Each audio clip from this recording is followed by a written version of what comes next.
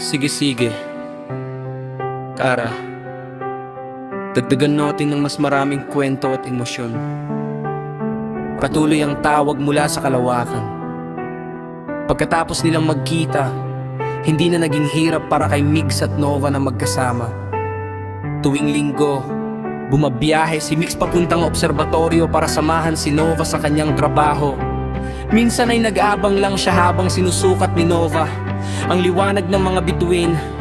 Minsan naman ay nagtuturo siya kay Nova ng mga matematikong formula para mas maunawaan ang paggalaw ng mga planeta. Isang araw, may dumating na alok kay Nova na magtrabaho sa ibang bansa para sa isang proyekto tungkol sa Mars. Nabigla siya at hindi alam kung paano sasabihin kay Migs isang gabi. Habang sila'y nakaupo sa damuhan ng bahay ni Migs at tinitingnan ang mga bituin, sinabi niya ito, "Migs, baka hindi na ako makakabalik ng matagal, o baka hindi na talaga."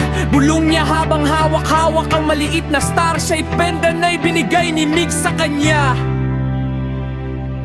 Hindi nagsalita agad si Migs, pero hinawakan niya ang kamay ni Nova.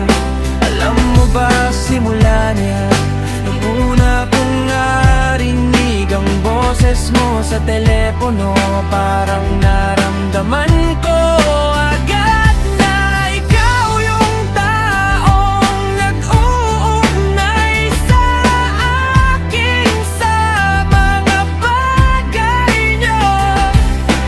Di ko maipaliwanag, hindi mahalaga kung saan ka mapunta, kahit sa ibang planeta pa. Ang mahalaga, alam kong may connection pa rin tayo. Para mga bituin lang yan, hindi sila mawawala kahit malayo sila.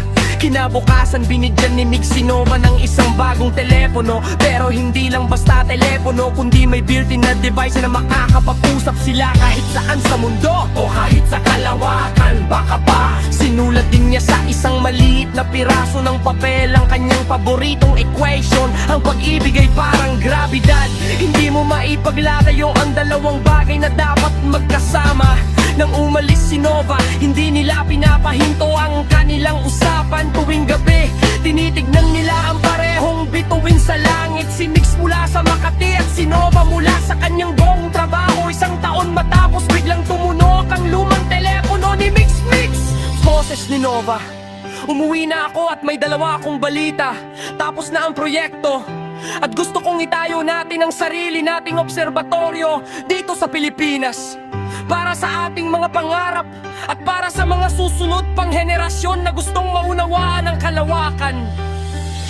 Ngayon, sa maliit na bahay nila sa tabi ng isang maliit na obserbatoryo, makikita mo pa rin sila tuwing gabi. Si Migs na nagbabasa ng aklat at si Nova na nakasuot pa rin ng kanyang astronaut jacket habang hawak-hawak ang kamay ni Migs. Habang tinitingnan ang mga bituin, nagsimula ng lahat.